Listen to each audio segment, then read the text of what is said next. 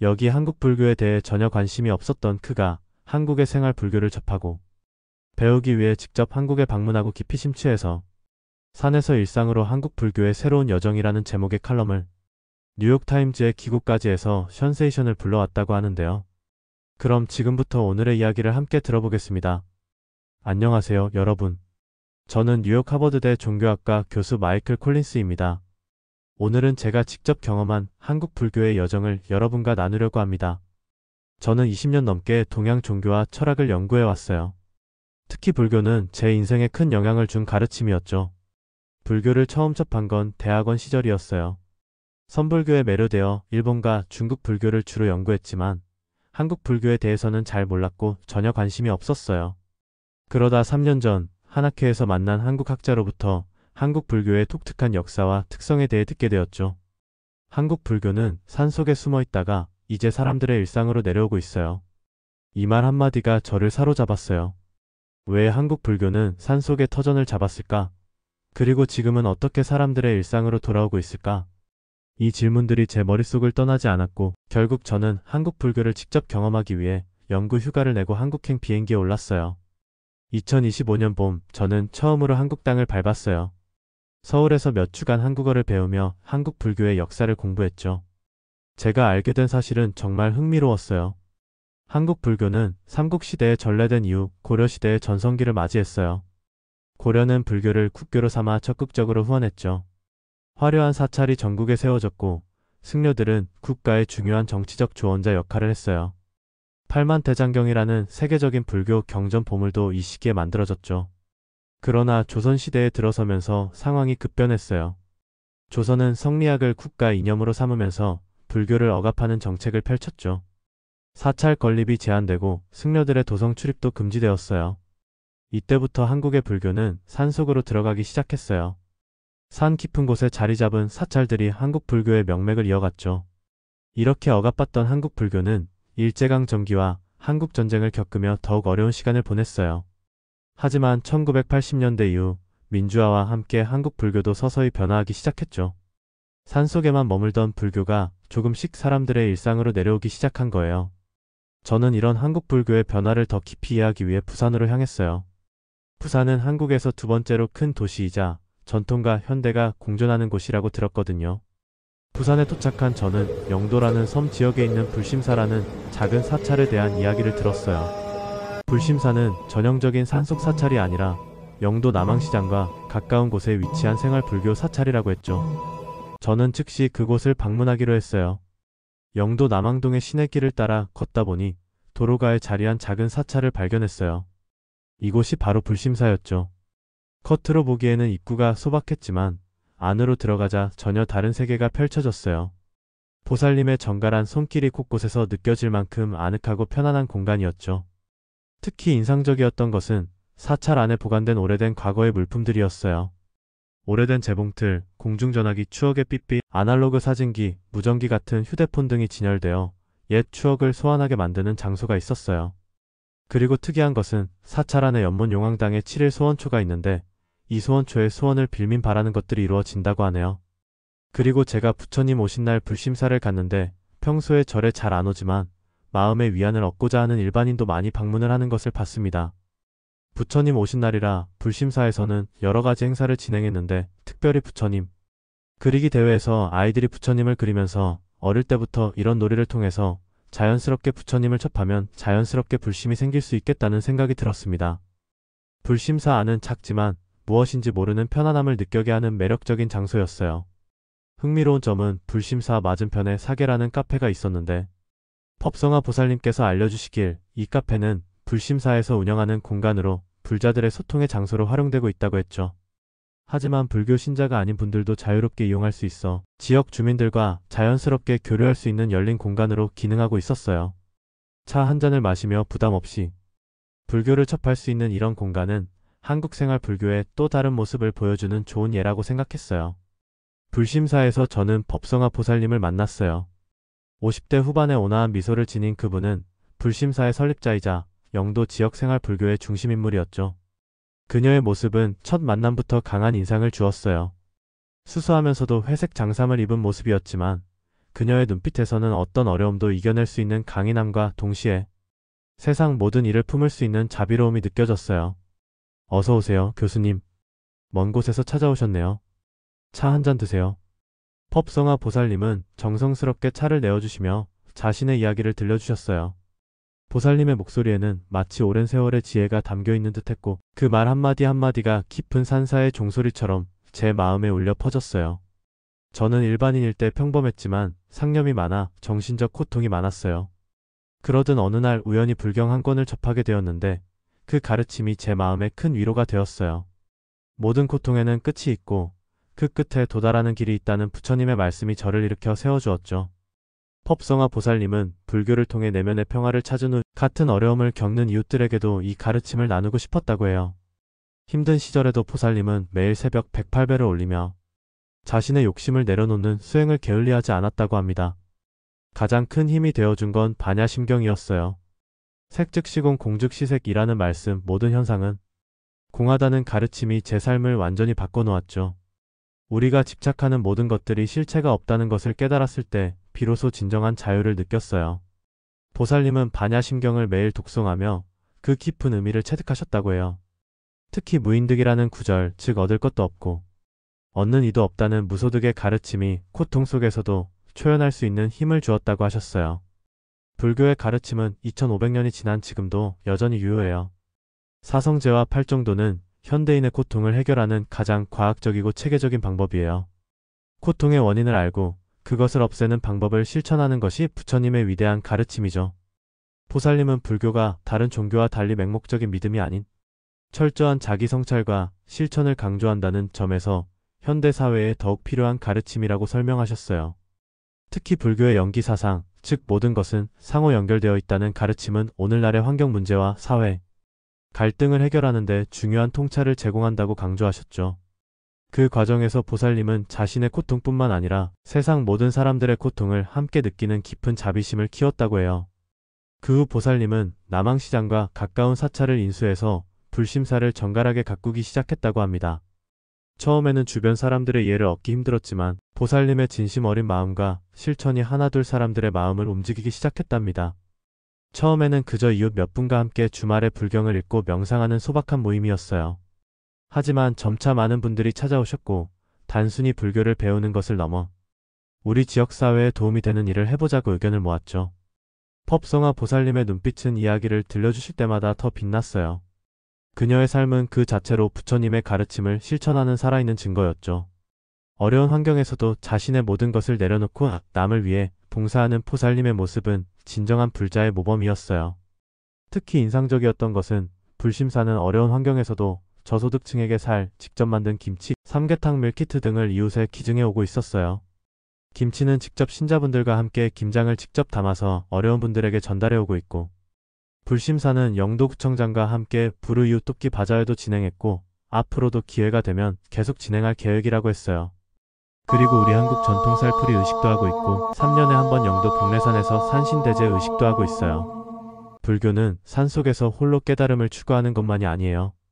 부처님의 자비를 실천하는 것, 그것이 진정한 불교의 가르침이라고 생각해요. 우리는 화려한 불전도 없고 거대한 불상도 없지만 이웃의 아픔을 함께 나누는 마음이 있어요. 그것이 바로 생활 불교의 참모습이죠. 펍성아 보살님은 저에게 반야심경의 중심 가르침을 매일 실천하는 방법도 알려주셨어요. 관자재보살이 깊은 반야바라밀다를 행할 때 오온이 공함을 비추어 보고 모든 고통에서 벗어났다는 말씀처럼 우리도 일상 속에서 모든 현상의 실체 없음을 관찰하면 고통에서 벗어날 수 있어요. 화가 날 때, 슬플 때 그 감정이 영원하지 않고 실체가 없음을 관찰하면 고통이 줄어들죠.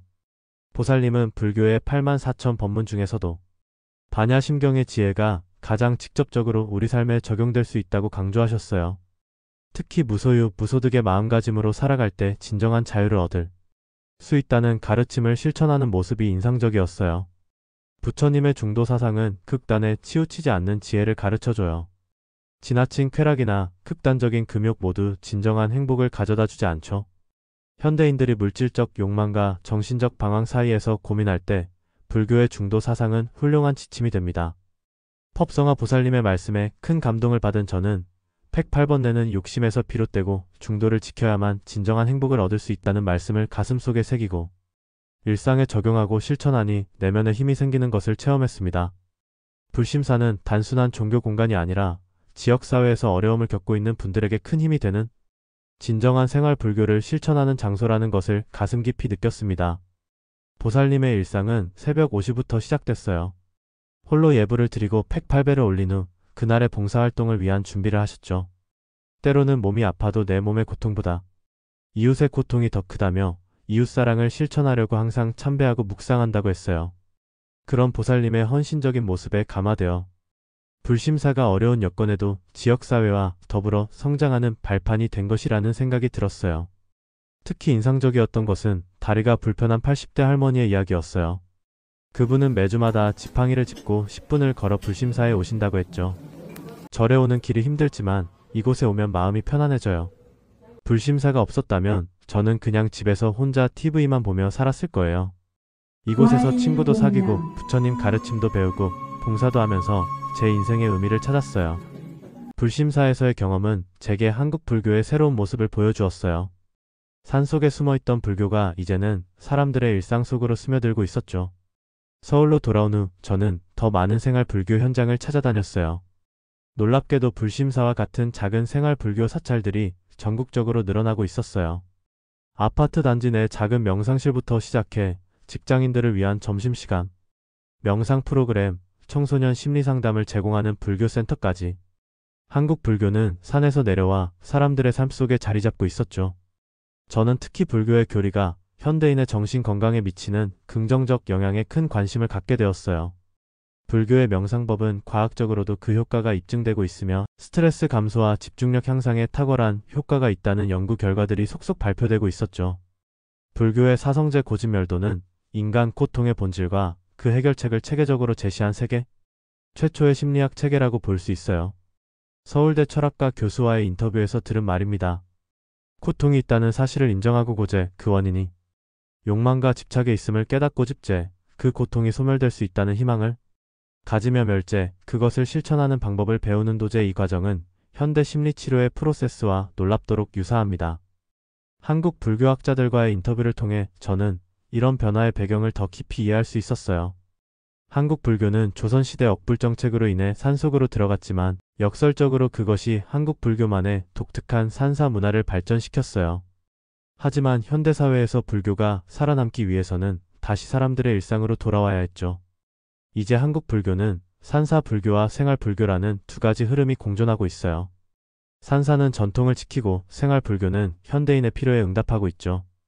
또한 한국 불교의 특별한 점 중 하나는 대승불교의 정수인 반야심경이 일반 불자들 사이에서도 널리 독송되고 있다는 점이었어요. 동국대학교 불교학과 교수는 이렇게 설명했죠. 반야심경은 단 270자로 불교의 핵심 가르침인 공사상을 완벽하게 담아낸 경전입니다. 한국에서는 이 짧은 경전이 너무나 대중화되어 불자가 아닌 사람들도 그 내용을 알고 있을 정도예요. 색즉시공 공즉시색이라는 말은 이제 일상 언어처럼 사용되기도 하죠. 이것은 한국 불교의 대중성과 실용성을 보여주는 좋은 예입니다. 한국 불교 연구를 마치고 미국으로 돌아온 저는 제가 경험한 한국 불교의 이야기를 세계에 알리고 싶었어요. 특히 불심사에서 만난 법성화 보살님과 많은 보살님들, 그리고 그곳에서 삶의 의미를 찾은 노인들의 모습이 제 마음에 깊이 남았죠.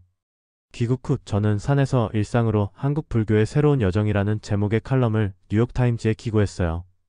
그 칼럼에서 저는 이렇게 썼죠. 한국 불교는 수천 년의 역사 속에서 고난과 영광을 모두 경험했다. 고려시대의 찬란한 불교 문화, 조선시대의 억압과 산속으로의 은둔, 그리고 현대의 생활 불교로의 귀환. 이 모든 과정이 한국 불교만의 독특한 정체성을 형성했다.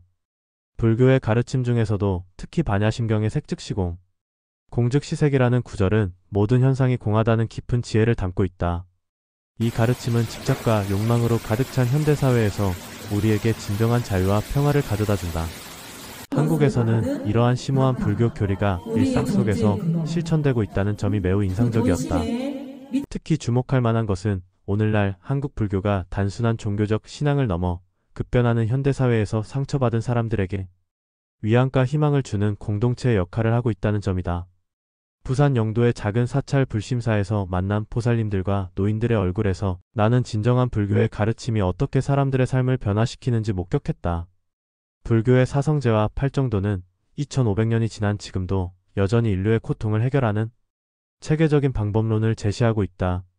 이 고대의 지혜가 현대 한국 사회에서 새롭게 재해석되고 적용되는 모습은 종교의 생명력과 적응력을 보여주는 훌륭한 사례다.